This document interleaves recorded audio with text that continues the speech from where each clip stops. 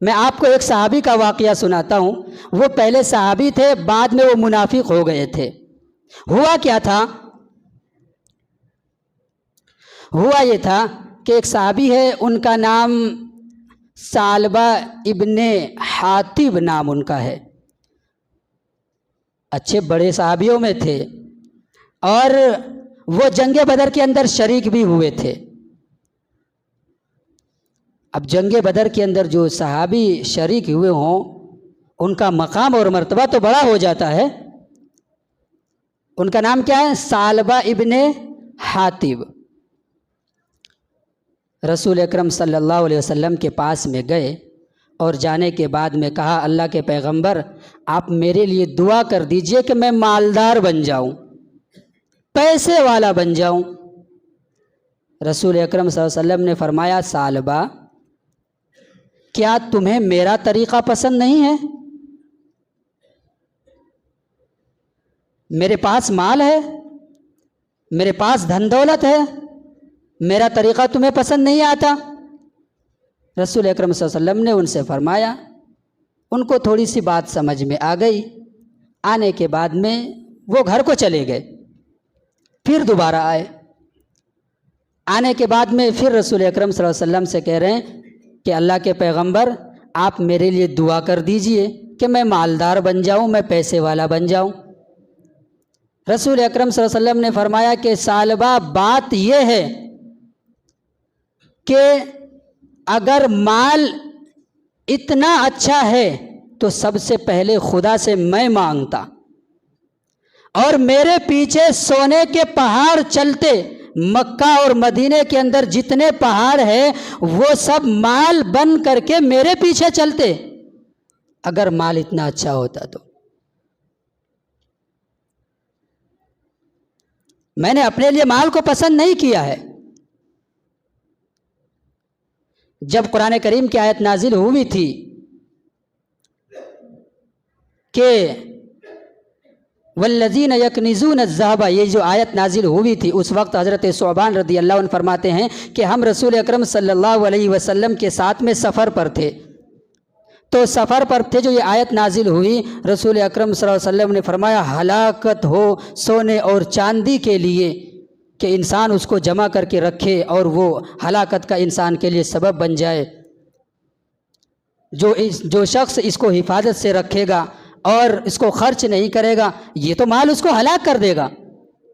صحابہ کرام نے رسول اکرم صلی اللہ علیہ وسلم سے پوچھ لیا، اللہ کے پیغمبر یہ تو بات سمجھ میں آتی ہے کہ مال کو جمع کر کے نہیں رکھنا چاہیے، اس کا صدقہ اور زکوٰۃ نکالنا چاہیے، ٹھیک ہے، لیکن کون سی ایسی چیز ہے جو ہم اپنے لیے حفاظت کے طور پر رکھیں؟ ایسی کوئی چیز بتلا دیجئے۔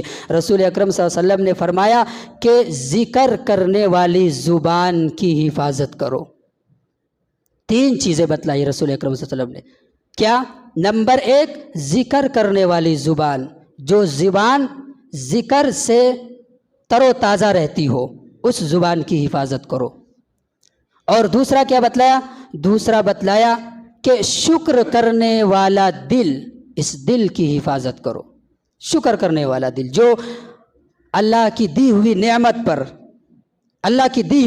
پر، اللہ کا شکر گزاری کرنے والا اگر دل ہے تو اس دل کی حفاظت کرو۔ یوں تو اللہ کی نعمتوں کو ہم کسی بھی نعمت کو نہیں جھٹلا سکتے۔ فَبِأَيِّ آلَاءِ رَبِّكُمَا تُكَذِّبَانِ، خدا کہتا ہے اے لوگوں، اے انسانوں اور جناتوں کی جماعتوں، تم میری کس کس نعمت کو جھٹلاؤ گے؟ کس نعمت کو جھٹلاؤ گے؟ نہیں جھٹلا سکتے۔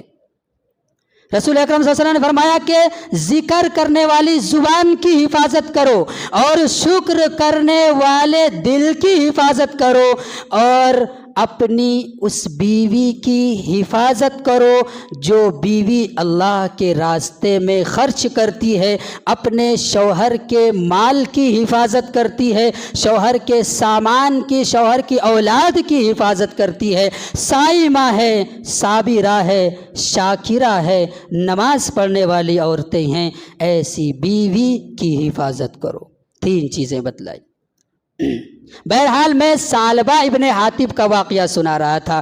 رسول اکرم صلی اللہ علیہ وسلم نے فرمایا کہ ثعلبہ مال اگر اتنا اچھا چیز ہوتا تو میں خدا سے مانگ لیتا اور سونے کا پہاڑ میرے پیچھے چلتا۔ 3 4 5 دن تک نبی نے فاقے پر گزارا ہے، ایک کھجور اور ایک گلاس پانی پی کر کے روزہ رکھتے تھے۔ کئی دن تک گھر کے اندر آگ نہیں جلتی تھی، چولہا نہیں جلتا تھا، کھانے کے لیے روٹی نہیں ہوتی تھی۔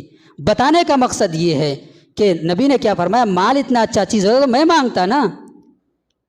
پھر بھی ان کو سمجھایا لیکن نہیں مانے، انہوں نے کہا نہیں، دعا کر دیجئے، میں اپنے مال کو غریبوں کے اوپر خرچ کروں گا، میں اپنے مال کو مسافروں کے اوپر خرچ کروں گا، میں اپنے مال کو بیواؤں کے اوپر خرچ کروں گا، میں اپنے مال کو یتیموں کے اوپر، مسکینوں کے اوپر خرچ کروں گا، اور جہاد کے اندر جس سامان کی ضرورت ہوگی، جس ہتھیار کی ضرورت پڑے گی، میں اپنی طرف سے اس ہتھیار کا انتظام کروں گا۔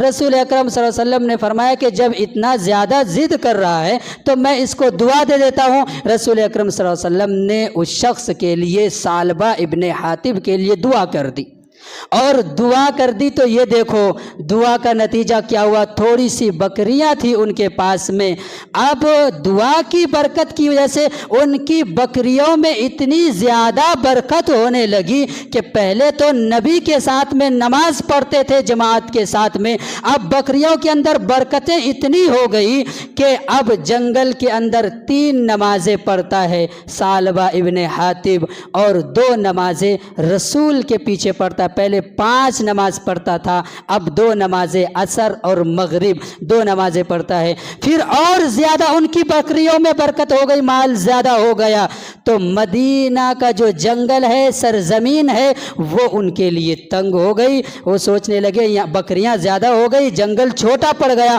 وہ مدینے کے سرزمین کو چھوڑ کر دوسرے علاقے میں چلے گئے۔ اب اتنا ہوا کہ صرف ہفتے میں 1 دن جمعہ پڑھنے کے لیے نبی کے پیچھے آ رہے ہیں۔ پھر مال میں برکت ہوئی اور زیادہ مال بڑھتا چلا گیا، یہاں تک کہ جمعہ کا نماز بھی اس کے لیے نصیب نہیں ہوا۔ ایک مرتبہ ایسا ہوا، اسی زمانے میں قرآن کریم کی آیت نازل ہوتی ہے، خذ من اموالہم صدقۃ تطہرہم وتزکیہم بہا وصلی علیہم ان صلاتک سکن لہم۔ قرآن کریم کی یہ آیت نازل ہوئی، فرمایا گیا تم اپنے مالوں میں سے زکوٰۃ نکالو۔ یہ آیت نازل ہوئی، رسول اکرم صلی اللہ علیہ وسلم نے 2 قاصد کو بھیجا، 2 شخص کو بھیجا کہ جاؤ ثعلبہ کے پاس میں، جاؤ بنی سلیم کے پاس میں۔ بنی سلیم میں ایک شخص تھا، وہ بھی مالدار تھا، کہا ان دونوں شخص کے پاس جاؤ اور جا کر کے کہو کہ رسول نے بھیجا ہے یہ کہنے کے لیے کہ تم اپنے مالوں کا زکوٰۃ نکالو۔ جب وہ دونوں قاصد جو ہے چندہ کرتے کرتے ان دونوں شخصوں کے پاس پہنچے ہیں، سب سے پہلے ثعلبہ کے پاس میں پہنچے اور ان سے جا کر کے کہا کہ یہ دیکھو نبی نے لکھ کر کے بھیجا ہے کہ تم اپنے مالوں کا زکوٰۃ نکالو۔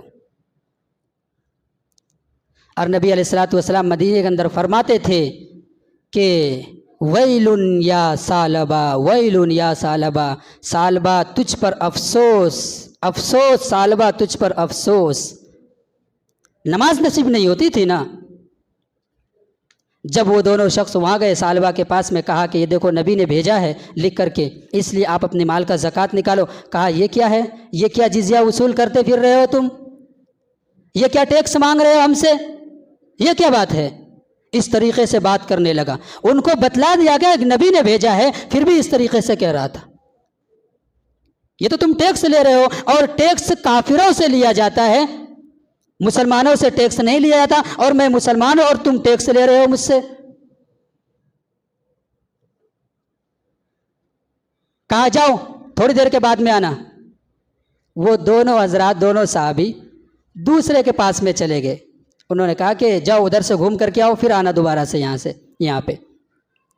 اب وہ دوسرے کے پاس میں گئے، بنو سلیم کے پاس میں، ان میں سے ایک شخص تھا وہ بھی مالدار تھا، ان کے پاس میں گئے، ان کو جیسے ہی کہا انہوں نے اپنی بکریوں، اپنی جانوروں میں سے خوبصورت، اچھا، موٹا، تازہ، بالکل اچھا اعلیٰ قسم کا جانور نکالا اور نکالنے کے بعد میں کہا کہ یہ ہمارا قبول کر لیجئے۔ وہ دونوں صحابی نے کہا کہ دیکھو نبی نے فرمایا کہ جانوروں میں سے متوسط درجے کا جانور لانا، یعنی نہ زیادہ اعلیٰ قسم کا ہو نہ زیادہ ادنا قسم کا ہو، بیچ کے جانور کو لانا۔ تو یہ کہنے لگے کہ نہیں نہیں، میری دل کی خواہش ہے، اس لیے میں یہ چاہتا ہوں کہ آپ اس کو ہی قبول کر لیجیے، یہ میں نے چن کر کے اعلیٰ درجے کا نکالا ہے، میری دل کی خواہش ہے، یہ آپ قبول کر لیں۔ کہا ٹھیک ہے، قبول کر لیا۔